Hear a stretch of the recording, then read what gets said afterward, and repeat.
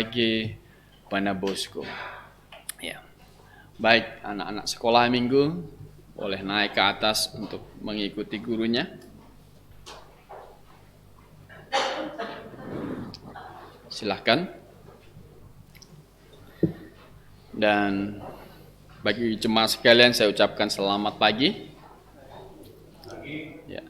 Juga yang mungkin bergabung di Google Meet ataupun di Facebook GBA Kebenaran, saya ucapkan selamat pagi. Kita di sini, mari kita belajar di dalam Injil Matius. Injil Matius pasal 13, satu ayat saja kita akan membaca bersama-sama.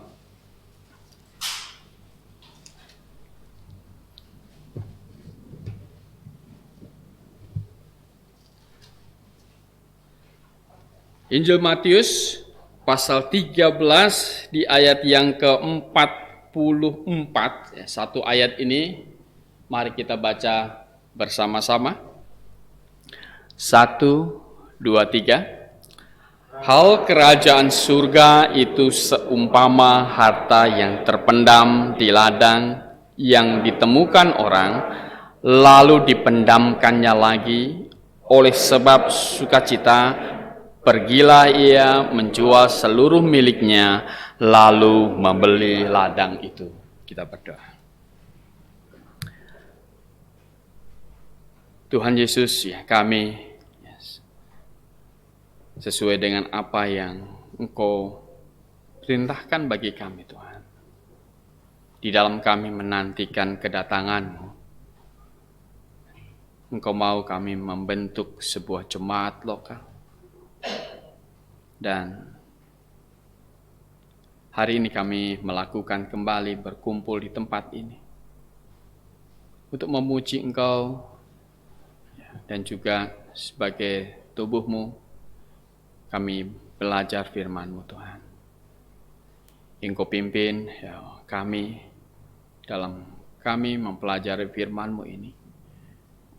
Juga kami berdoa untuk anggota-anggota jemaat yang lain yang tidak bisa datang karena sakit, Tuhan. Engkau pulihkan kesehatan mereka. Biarlah di pertemuan berikutnya dia bisa datang bersama dengan kami. Terima kasih di dalam nama Tuhan Yesus kami berdoa. Amin.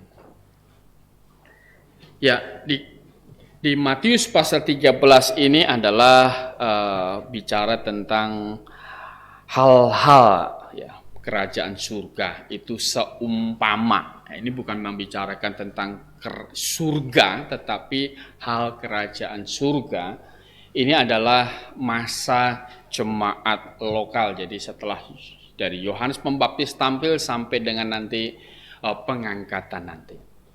Yang dikatakan di sini adalah jemaat lokal, gereja lokal itu diibaratkan itu ladang yang tersimpan harta terpendam atau harta karun di dalamnya. Jadi hal kerajaan surga seumpama harta yang terpendam di ladang. Jadi ladang ini adalah jemaat lokal. Dan oleh karena itu saya ingin berkhotbah dari perikop ini adalah ada harta terpendam di dalam GBIA Kebenaran. Anda bisa nggak setuju dengan saya, tetapi harusnya kalau Anda cinta kebenaran, Anda mencari kebenaran, maka Anda akan bersuka cita, akan Anda setuju dengan khotbah saya ini, begitu.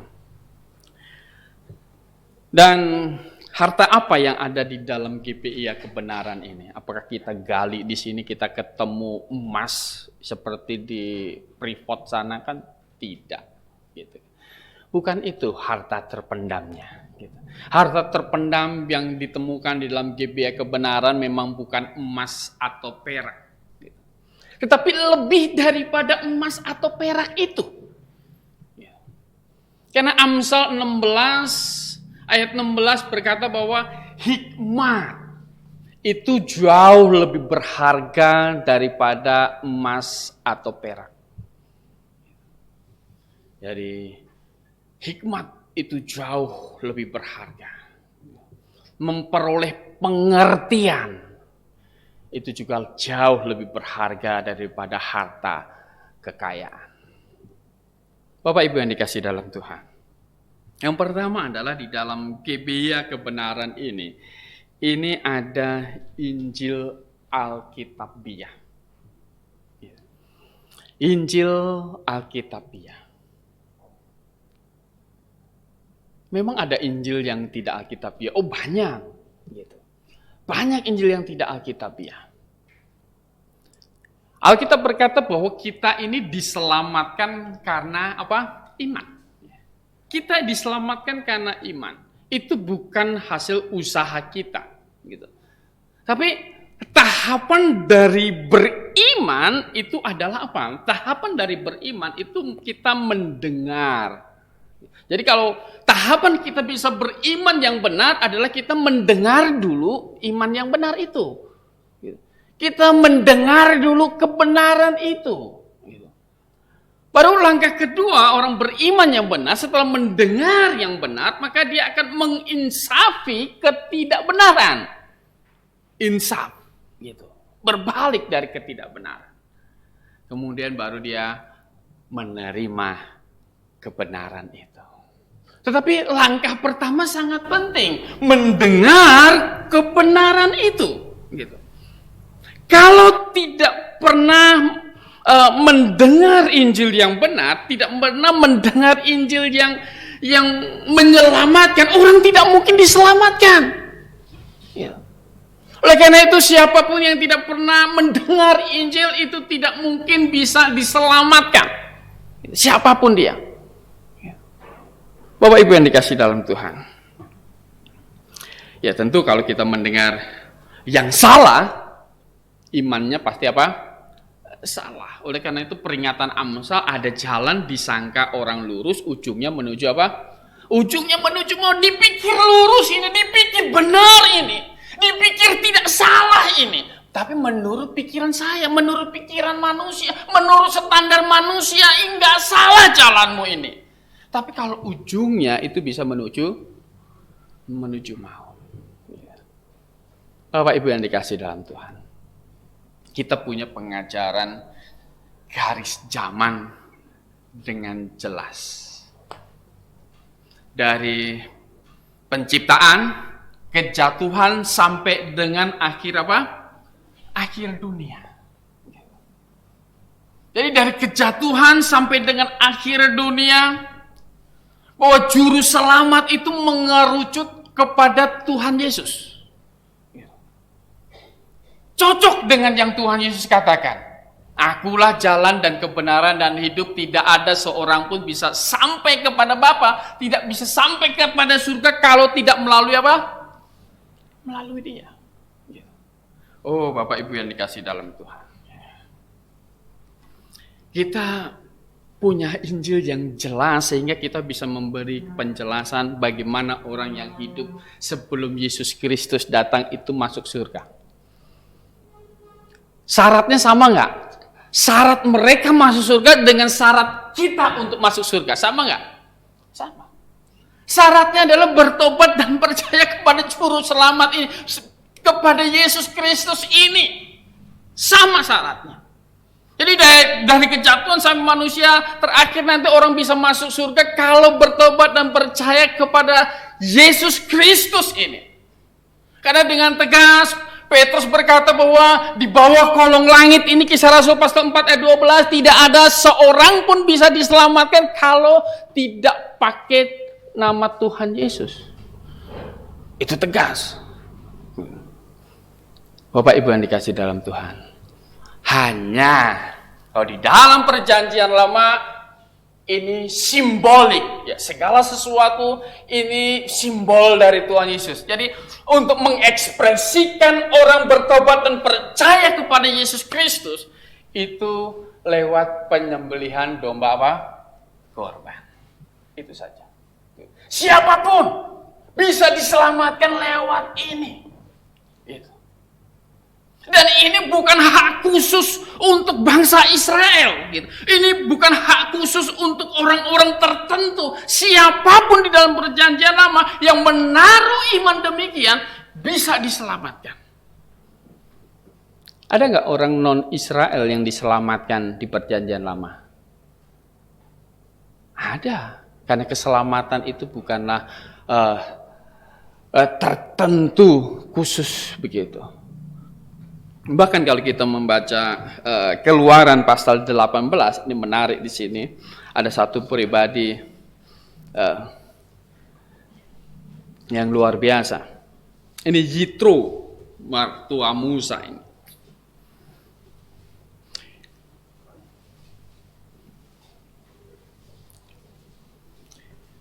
Tentu peristiwa yang dicatat di kisah di Keluaran pasal 18 ini adalah kisah di mana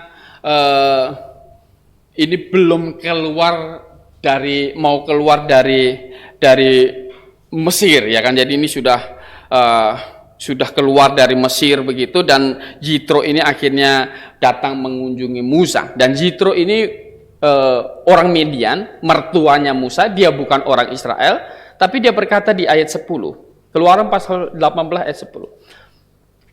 Lalu kata Yitro, terpujilah Tuhan. Tuhan yang disebut di sini adalah Yehova. Terpujilah Tuhan yang telah menyelamatkan kamu dari tangan orang Mesir dan dari tangan Firaun. Sekarang aku tahu bahwa Tuhan lebih besar dari segala Allah, sebab ia telah menyelamatkan bangsa ini dari tangan orang Mesir, karena memang orang-orang ini telah bertindak angkuh terhadap mereka. Ayat 12. Dan Yitro, mertua Musa itu, mempersembahkan korban bakaran dan beberapa korban sembelihan bagi apa? Bagi Allah. Yitro diselamatkan tidak? Yitro beriman seperti Habel beriman. Yitro beriman seperti Abraham beriman. Dipilih bangsa Israel, diturunkan hukum Taurat kepada mereka, itu untuk mereka menjadi tiang kebenaran sebenarnya. Tapi siapapun sebenarnya yang beriman kepada juru selamat yang akan datang dengan melakukan persembahan korban, artinya beriman, saya berdosa dan Allah akan menjadi korban bagi dosa saya. Dia diselamatkan, dia menaruh iman seperti para pahlawan iman. Bapak Ibu yang dikasihi dalam Tuhan, ini adalah hal yang luar biasa bagi saya. Gitu. Mengerti dengan jelas jalan saya diselamatkan. Mengerti dengan jelas bagaimana manusia bisa masuk surga. Tidak ada yang bertentangan. Hari Rabu kemarin sudah saya ceritakan bahwa kita dengan Pak Alek, Pak Abeng, Pak Yus bertemu dengan satu kelompok yang menamakan dirinya itu, nama kebunnya itu kebun damai. Damai apa? Damai bersama. Kebun damai bersama. Ya. Dan mereka ini adalah, saya tanya, kelompok ini udah berapa lama dan berapa banyak? Dia bilang. Kami semua, dia bilang, tadinya Muslim semua. Nah, mereka kelompok ini membaca di dalam kitab mereka bahwa harus membaca juga kitab sebelum ini. Nah, kelompok ini berpikir kitab sebelum ini mereka menemukan Taurat dan Injil. Lalu mereka membacalah ini. Membaca ini dan tiba dengan satu kesimpulan bahwa untuk masuk surga, kemarin kita kan diskusi tentang bagaimana diselamatkan. Mereka berpikir bahwa yang penting berbuat baik, dan melakukan perintah Allah. Nah, kemudian dalam penjelasan di papan tulis mereka gambar begitu, kita lihat begitu, kita susah sekali menyimpulkan bagaimana diselamatkan, tetapi akhirnya kita sedikit mengerti bahwa diselamatkan menurut mereka itu membuat janji kepada Allah. Gitu. Membuat janji kepada Allah. Anda bingung nggak? Ya saya juga masih bingung waktu itu. Jadi membuat janji kepada Allah, dan karena sebelum debat itu, sebelum diskusi itu saya sudah berbicara dulu kepada mereka bagaimana sih sebenarnya ini. Maka salah satu janji kepada Allah, ketaatan kepada Allah itu adalah apa? Dengan menguduskan hari Sabtu. Mereka juga bukan Advent. Mereka bukan Kristen. Mereka juga bukan Islam. Tapi mereka berkata harus menguduskan hari Sabtu, hari Sabat. Begitu. Nah, mereka sering ngomong-ngomong, mereka itu kutip ayat ini, Matius pasal 5.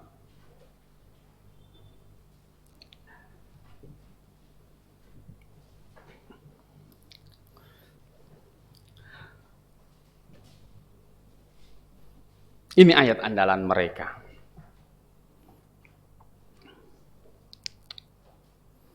Matius pasal 5, ayat 17. Jangan kamu menyangka bahwa aku datang untuk meniadakan hukum Taurat atau kitab para nabi. Aku datang, nah ini frasa ini, aku datang bukan untuk meniadakannya. Gitu loh. Aku datang bukan untuk meniadakannya. Kemudian disambung di ayat 18. Satu iota atau satu titik pun tidak akan ditiadakan dari hukum Taurat. Sementara hormati dan kuduskanlah hari Sabat, itu ada di dalam 10 perintah Allah. Ya. Yesus ngomong begini, disambungkan ke yang Keluaran pasal 20, berarti harus tetap dikuduskan ini untuk masuk ke surga. Bapak Ibu yang dikasihi dalam Tuhan. Mereka tidak tekankan ke bacaan berikut. Misalnya ayat 17. Aku datang bukan untuk meniadakannya, melainkan untuk apa? Menggenapi. Gitu. Maksudnya gimana? Aku datang bukan untuk meniadakan hukum Taurat, tapi aku datang ini untuk menggenapi. Mengapa? Karena sebenarnya hukum Taurat itu semuanya itu adalah membayangkan, menggambarkan tentang Tuhan apa? Tentang Tuhan Yesus. Gitu. Jadi itu bukan ditiadakan, dihilangkan, tapi Yesus akan menggenapi mereka satu persatu. Gitu. Yesus akan menggenapi mereka semua. Dari kitab Taurat sampai kitab Nabi, Ketubim itu tentang Yesus Kristus semuanya akan digenapi. Sebagai contoh di Matius pasal 4 itu, kita nggak usah baca di jauh-jauh, ya, Matius pasal 4. Di ayat 12 sampai 13 itu. Tetapi waktu Yesus mendengar bahwa Yohanes telah ditangkap, menyingkirlah ia ke Galilea. Ia meninggalkan Nazaret dan diam di Kapernaum di tepi danau di daerah Zebulon dan Naftali. Yesus tinggal di Zebulon dan Naftali. Kenapa? Ayat 14. Supaya apa? Genaplah firman yang disampaikan oleh Nabi Yesaya. Jadi di kitab para nabi. Yesus tidak meniadakan itu, tapi Yesus menggenapinya. Bunyinya apa? Tanah Zebulon dan tanah Naftali, jalan ke laut, daerah seberang Sungai Yordan, Galilea, wilayah bangsa-bangsa lain, bangsa yang diam dalam kegelapan telah melihat apa? Terang. Yesus datang ke Naftali, ke Zebulon untuk menggenapkan bahwa di situ mereka juga akan melihat apa? Terang. Tidak ditiadakan, tapi Tuhan Yesus menggenapi. Ya. Dan kalau kita mendapat penerangan di dalam Kolose pasal 2, kalau kita mendapat penerangan di dalam Kolose pasal 2, dan kelompok yang berdiskusi dengan kami ketika kalau kami membaca tulisan Rasul Paulus, mereka bilang, wah pasti Paulus nih. Gitu. Ya, mereka tidak percaya ini kitab diilhami. Jadi pemikiran di agama yang lama masih dipegang sampai sekarang. Gitu. Tetapi mendingan kita percaya Paulus daripada percaya dia, benar nggak? Gitu. Paulus dapat membuktikan kerasulannya. Paulus dapat membuktikan dia diilhami. Paulus dapat membuktikan dia mendapat adalah rasul yang melihat Yesus langsung. Daripada dengan mereka-mereka yang mengolok-olok Paulus. Mendingan kita percaya Paulus. Dia kepada Kolose dia berkata.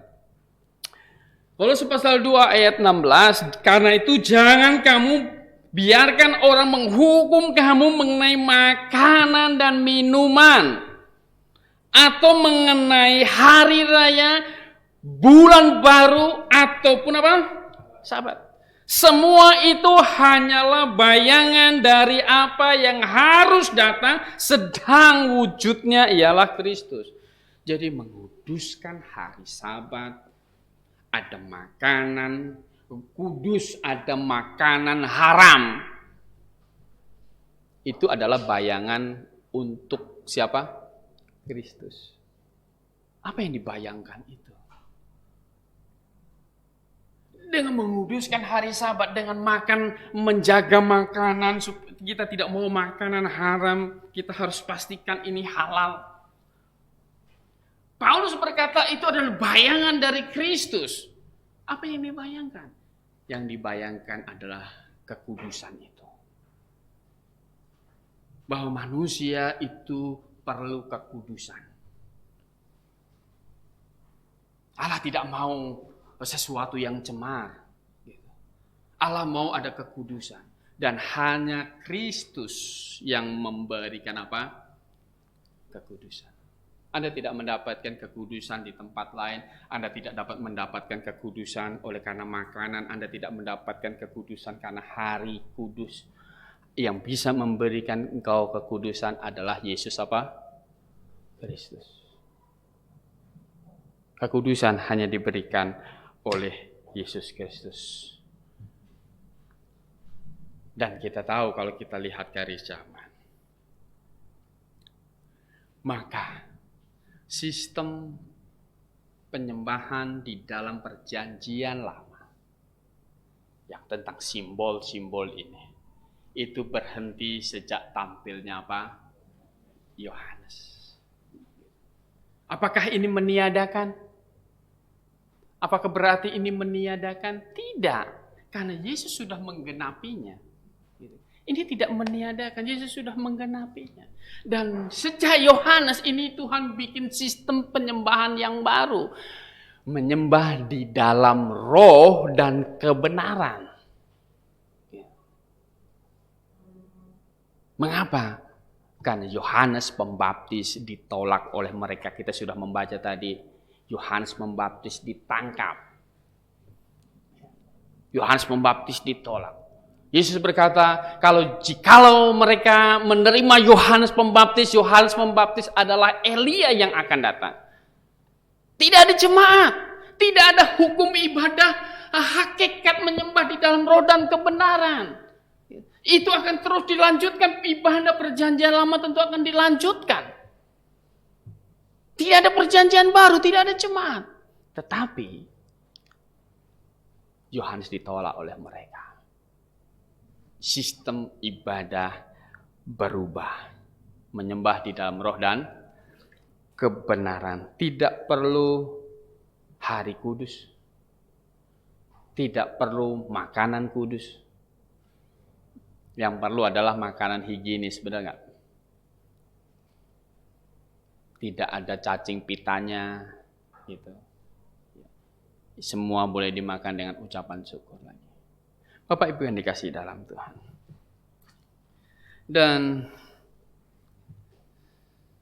betapa sedihnya sebenarnya kalau saya membayangkan mereka itu.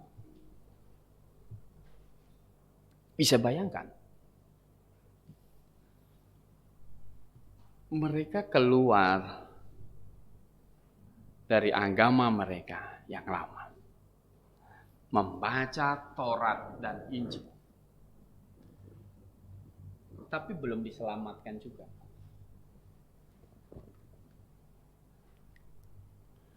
Ya kan? Mereka membaca Taurat dan Injil, tapi apakah mereka diselamatkan? Tidak diselamatkan. Sama seperti orang Yahudi. Ini giat untuk Allah, tapi tanpa pengertian yang benar, tidak diselamatkan. Memang tidak ada gunanya. Sia-sia. Akhirnya sia-sia. Bapak Ibu yang dikasihi dalam Tuhan. Tadi saya tanya ke mahasiswa yang bantu bersini ini itu ada baju baterai chargeran itu. Saya bilang, siapa yang tadi nyarger baterai? Saya. Kenapa Pak?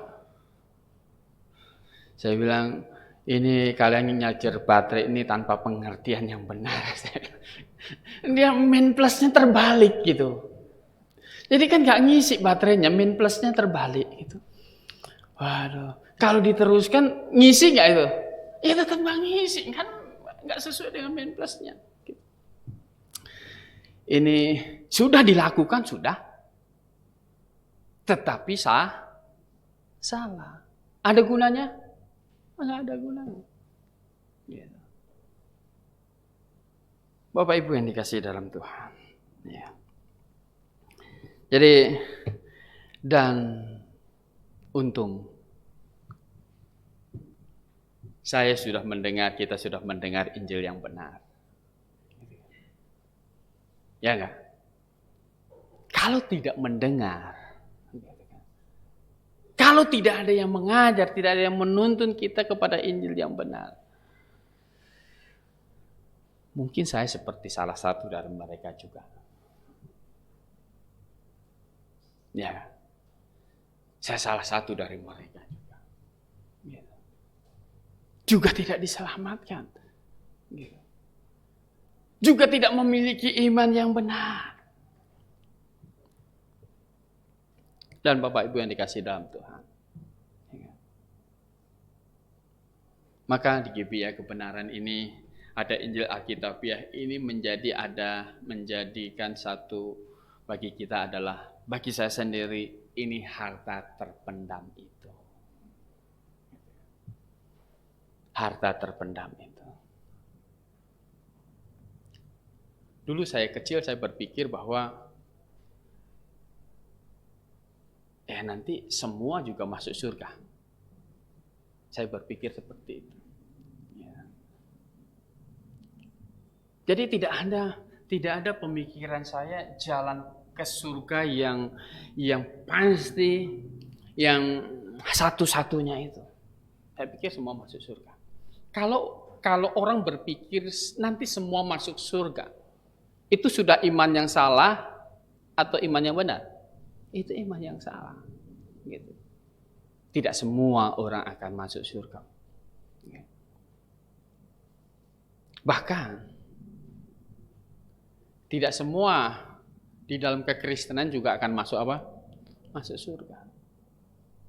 Yang masuk surga adalah yang akhirnya dia beriman dengan benar. menginsafi ketidakbenaran, mendengar yang benar, menginsafi yang tidak benar, dan menerima kebenaran itu. Secara pribadi, akhirnya kita bertobat secara pribadi dan menerima Yesus sebagai Tuhan kita pribadi. Maka kita akan diselamatkan. Di banyak gereja, tidak ada lagu undangan. Benar nggak?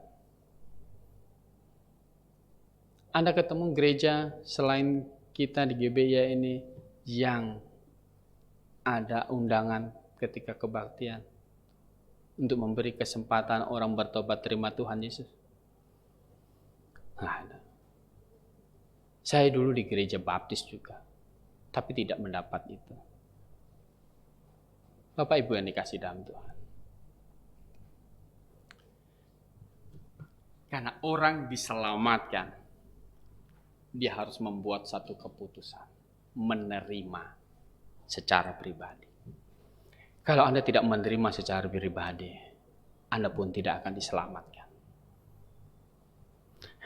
Injil yang benar, itu harta terpendam di dalam GBI kebenaran. Kemudian yang kedua adalah harta terpendam yang kedua itu adalah kita punya pengajar yang alkitabiah. Ada Injil yang alkitabiah, kemudian di GBI kebenaran ada pengajar yang alkitabiah. Alkitab itu memberikan satu peringatan tentang guru-guru palsu, tentang nabi-nabi palsu.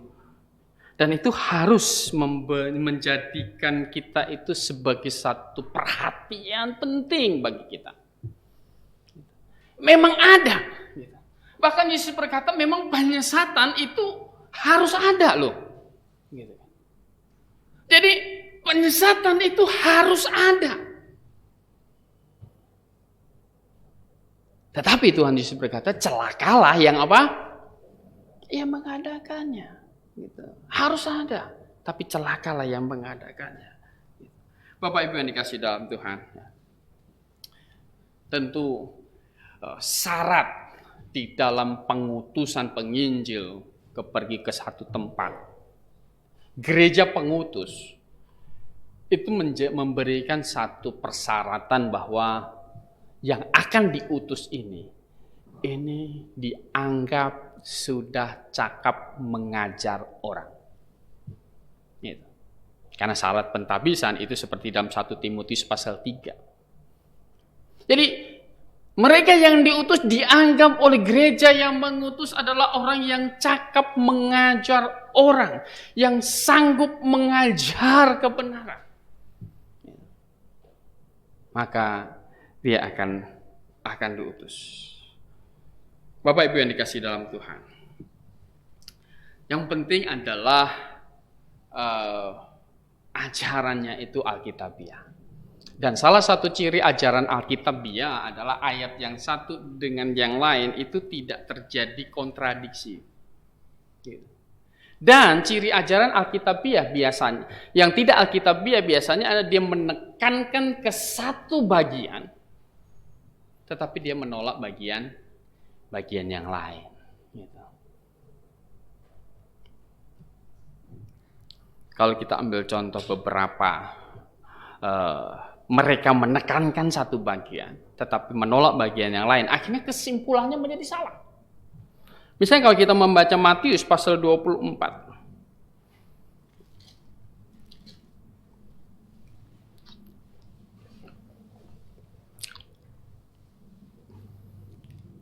Ayat 36.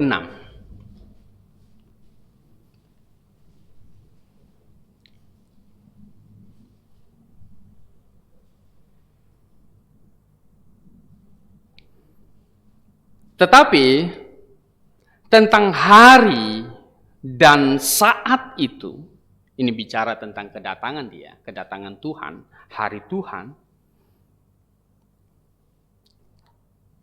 tidak seorang pun yang tahu, malaikat di surga tidak, anak pun apa? Tidak. Nah, kata anak pun tidak, akhirnya ditarik kesimpulan Yesus bukan Allah karena dia tidak maha tahu. Mereka punya kesimpulan begitu. Bolehkah menyimpulkan seperti itu dari perkataan ini saja? Anak pun tidak, berarti Yesus tidak maha tahu. Gitu.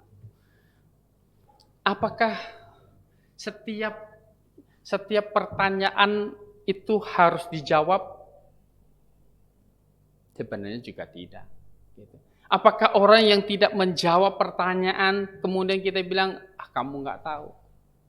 Sebenarnya juga tidak demikian. Bapak Ibu yang dikasihi dalam Tuhan.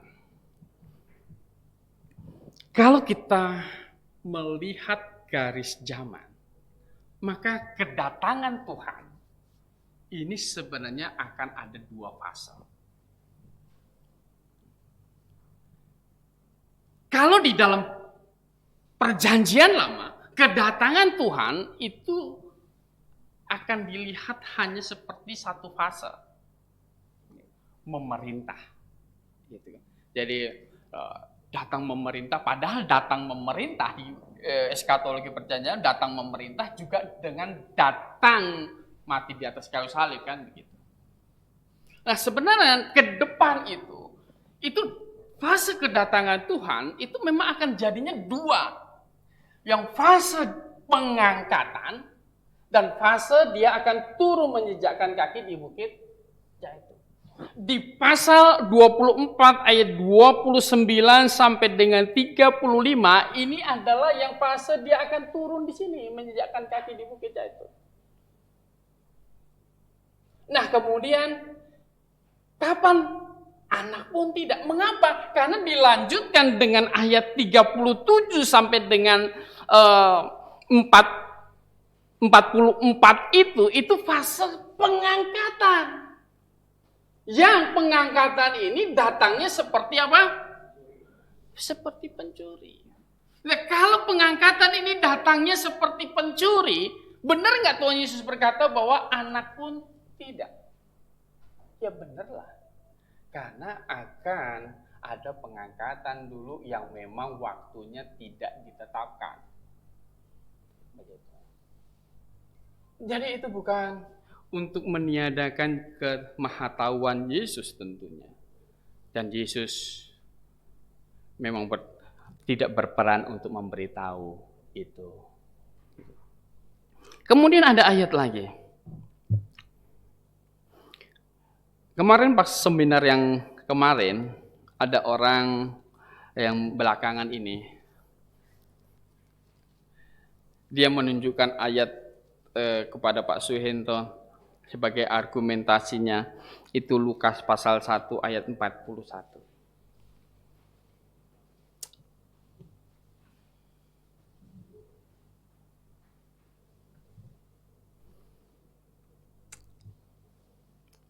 Dan ayat 41.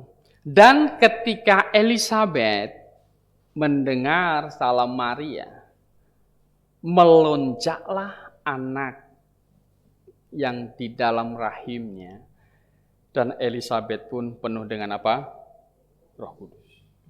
Tahu nggak dari ayat ini orang menyimpulkan apa?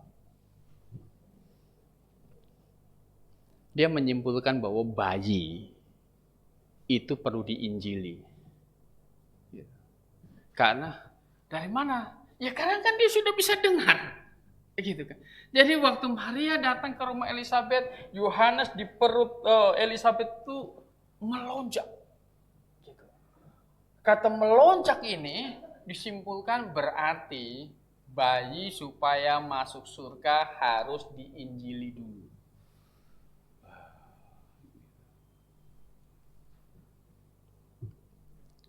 Masuk akal nggak? Gimana nginjilin bayi? Nggak usah nginjilin bayi dah. Queen itu yang anak Ibu Erni yang lagi digendong. Bisa diinjili nggak? Nggak usah bayinya.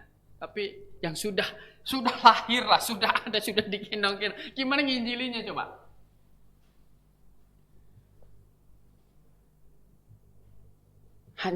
Hanya kata melonjak, kemudian disimpulkan bayi kalau mau masuk surga harus diinjili. Aduh, kita bilang, bagaimana bisa begitu?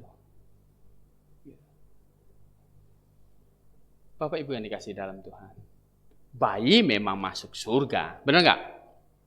Tapi bayi masuk surga itu bukan karena berhasil diinjili bapaknya, gitu kan? Atau berhasil diinjili siapa begitu? Bukan, gitu. Bayi bisa masuk surga, mengapa? Karena memang dosa dalam posisi itu sudah selesai pada diri Tuhan Yesus. Adam pertama membuat semua manusia berdosa. Adam kedua, Yesus Kristus, itu otomatis membuat semua manusia itu juga akhirnya hidup dalam kebenaran. Yang belum akil balik. Gitu. Jadi bayi pasti masuk surga. Tapi bukan karena bertobat dan percaya, tetapi karena dosanya itu sudah selesai. Dosa yang belum disadari itu sudah otomatis selesai. Tapi yang tidak baik kemudian menjadi akil balik itu harus bertobat dan percaya. Nah, ini yang perlu diinjili gitu. Yang akhirnya sudah akil balik, berdosa dengan kesadaran sendiri gitu kan. Berbohong dengan kesadaran sendiri, mencuri dengan kesadaran sendiri. Ini yang harus diinjili. Ya. Bapak Ibu yang dikasih dalam Tuhan. Tapi yang belum akil balik belum bisa diinjili. Dan banyak aneh-aneh kita bilang. Jadi ayat sedikit dijadikan patokan doktrin. Ini kan salah. Juga ada orang yang kita nggak perlu dibaptis lagi dengan air. Karena kita sudah dibaptis dengan Roh Kudus. Sudah dimateraikan dengan Roh Kudus, jadi nggak perlu air lagi, nggak perlu. Bapak Ibu yang dikasih dalam Tuhan, tidak demikian tentu. Jadi sangat bahaya sekali sebenarnya memang guru-guru palsu penyesatan ini, karena ini bisa mengganggu iman Anda. Dan kita punya harta karun, harta berharga, ada pengajar Alkitabiah di dalam GBA kebenaran. Tentu Anda sekali lagi Anda bisa berpikir demikian kalau hikmat itu jauh melebihi emas atau apa perak. Anda akan berpikir demikian. Ada satu teman pelayanan di Salatiga kasih tahu saya bahwa ada orang dia injilin, dia ajar, akhirnya nggak mau ke gereja. Nggak mau berhimpun dengan GBI di Salatiga. Dia berkata apa? Saya mau cari gereja yang memberi solusi kehidupan, dia bilang. Maksudnya gimana? Solusi kehidupan. Jadi gereja yang memberi solusi kehidupan itu adalah gereja yang kasih kerjaan. Nah, gitu. Gereja yang kasih modal usaha. Nah, itu pikiran mereka adalah gereja yang memberi solusi apa? Kehidupan. Gitu. Ada kerjaan, ada modal. Gitu. Kalau gitu jangan pergi ke gereja. Itu pergi kemana? Ke bank. Kan di bank kan bisa mengajukan pinjaman dapat modal. Begitu. Bapak Ibu yang dikasih dalam Tuhan. Ya seperti itu. Gitu. Jadi sebenarnya harusnya tidak berpikir begitu. Seharusnya tidak berpikir begitu. Seharusnya kita itu berpikir bagaimana kita ini bisa menyenangkan Tuhan.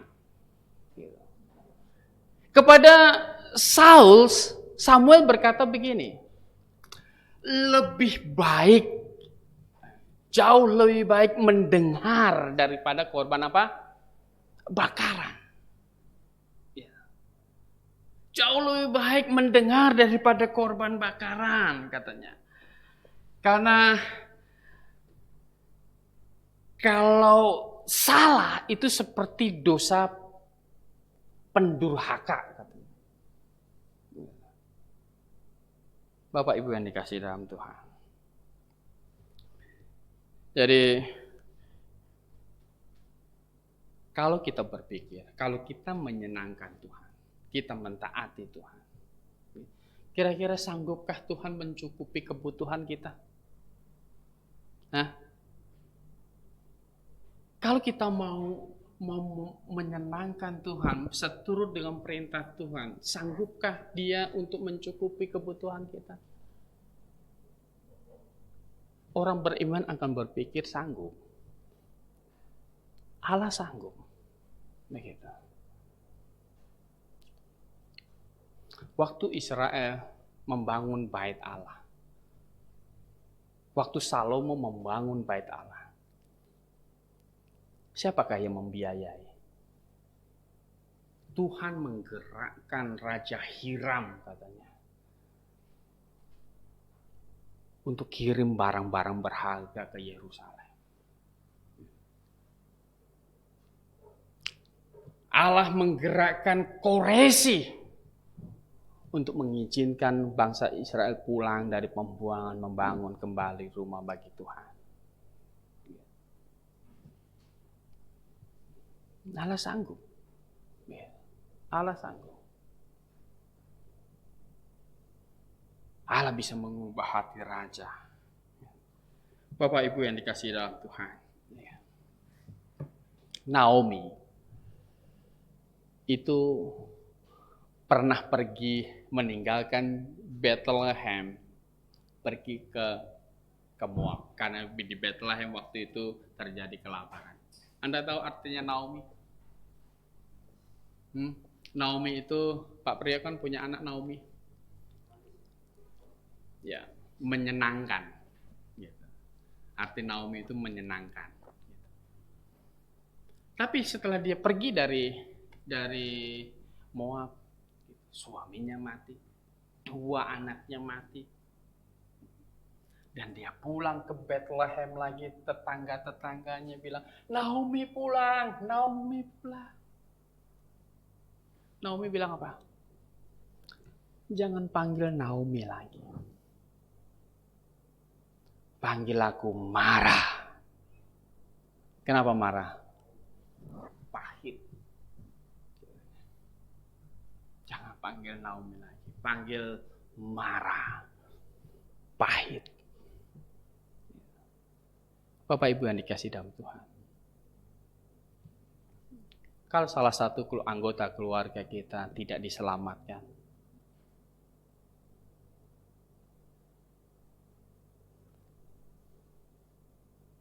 hidup kita itu bukan Naomi lagi. Hidup kita itu akan apa? Pahit. Kalau ada anakmu, istrimu, suamimu,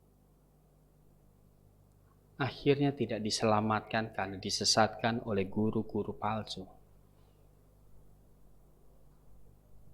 Mereka beriman kepada Injil yang salah. Apakah kita bisa berkata, panggil saya Naomi? Maka hidup kita seperti apa? Marah. Pahit.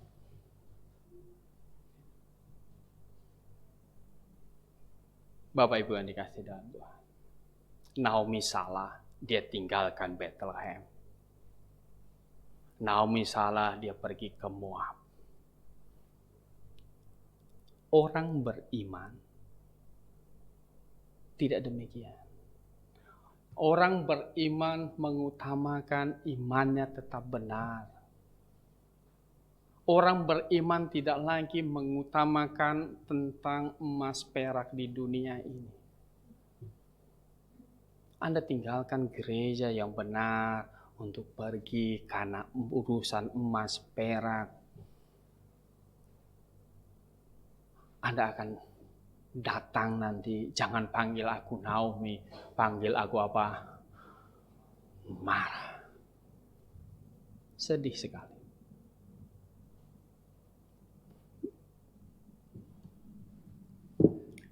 Orang yang mencari kebenaran seperti orang yang mencari harta terpendam dan menemukan ladang. Dia menemukan ada harta terpendam, dia akan bersukacita. Kalau Anda cinta kebenaran, Anda menemukan Injil yang benar di sini. Anda mendapatkan pengajaran yang benar di sini. Anda mendapatkan doktrin-doktrin yang benar di sini, sistem penafsiran yang alkitabiah di sini. Maka Anda pun harusnya bersukacita. Ada harta terpendam. Apakah Anda bersukacita? Anda diselamatkan, Anda bersukacita. Anda memiliki doktrin yang benar, apakah Anda bersukacita?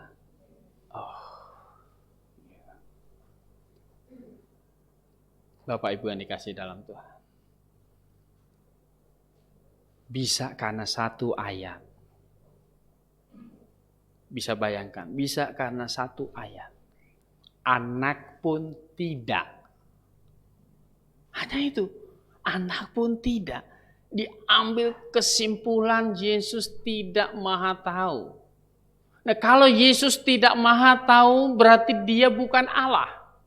Kalau dia bukan Allah, apakah dia penyelamat dosa kita? Tentu tidak. Hanya satu ayat, bisa bayangkan. Dan andai kata bisa karena satu ayat ini, kemudian engkau melepaskan imanmu. Orang kemudian undur dari iman karena kurang mendapatkan penjelasan. Maka apa? Hidup kita bukan seperti Naomi, bukan menyenangkan lagi. Tapi hidup Anda, hidup kita akan seperti apa? Pahit. Kalau ada satu anggota keluarga yang hari ini bersama-sama dengan kita, akhirnya tidak diselamatkan. Itu pahit. Itu pahit. Sedih sekali.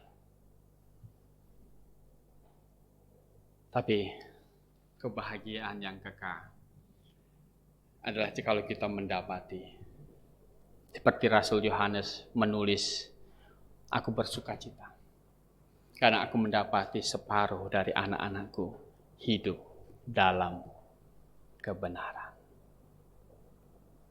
Saya harap Anda bisa bersukacita dengan adanya jemaat ini. Lebih anak-anak kita. Ya, anak-anak kita.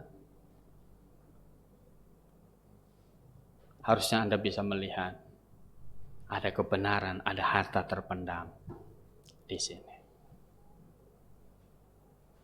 Mari jadikan hidup kita Naomi, menyenangkan. Bukan hanya di dunia ini, tapi kita menyenangkan sampai kepada kekekalan nanti. Bapak Ibu yang dikasih dalam Tuhan. Tidak marah, tetapi Naomi. Bagaimana dengan hidup kita semua nanti? Kita berdoa. Tuhan, kami mendapatkan satu perumpamaan. Orang yang bersukacita menemukan harta terpendam di sebuah ladang.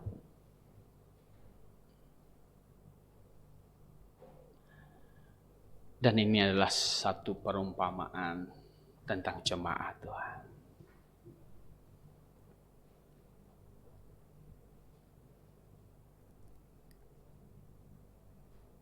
kami berinteraksi dengan banyak orang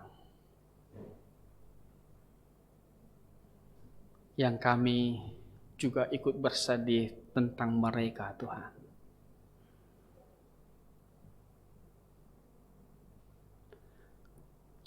Mereka yang belum sampai kepada jalan keselamatan yang benar.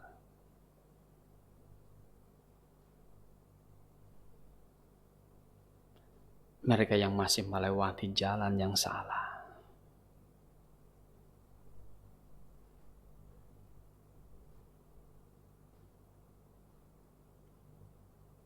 Banyak di antara mereka yang berlaku demikian karena memang belum pernah mendengar. Atau karena mereka diajar yang salah.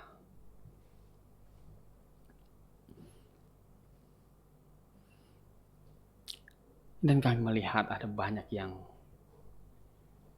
gigih di dalam kesalahan itu. Dan merefleksikan kepada kami, Tuhan.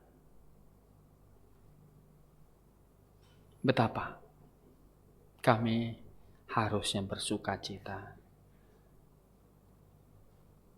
Kami diselamatkan. Kami tahu jalan pengampunan dosa yang benar. Dan bukan itu, Tuhan. Bukan hanya itu, di gereja ini. Iman kami dijaga dengan pengajaran yang benar.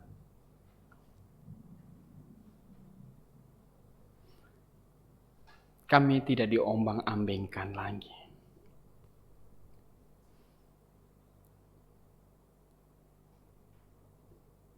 Oleh karena itu Tuhan ya,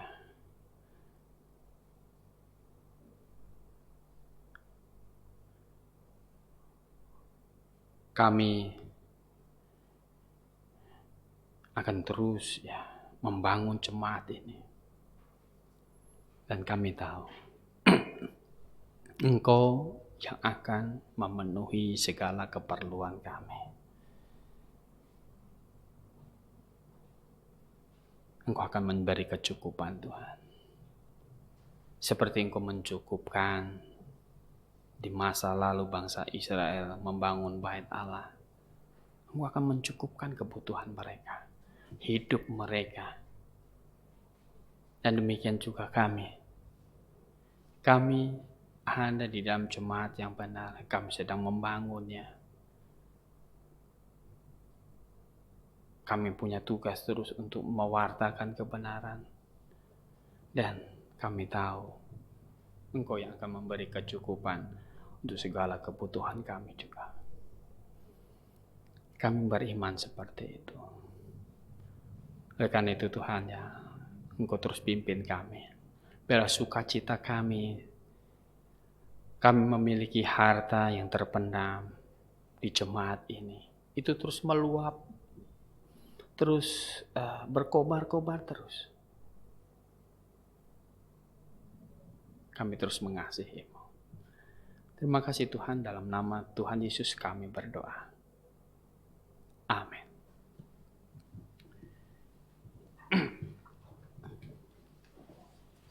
Baik, kita akan menyanyi kembali di lagu nomor 175.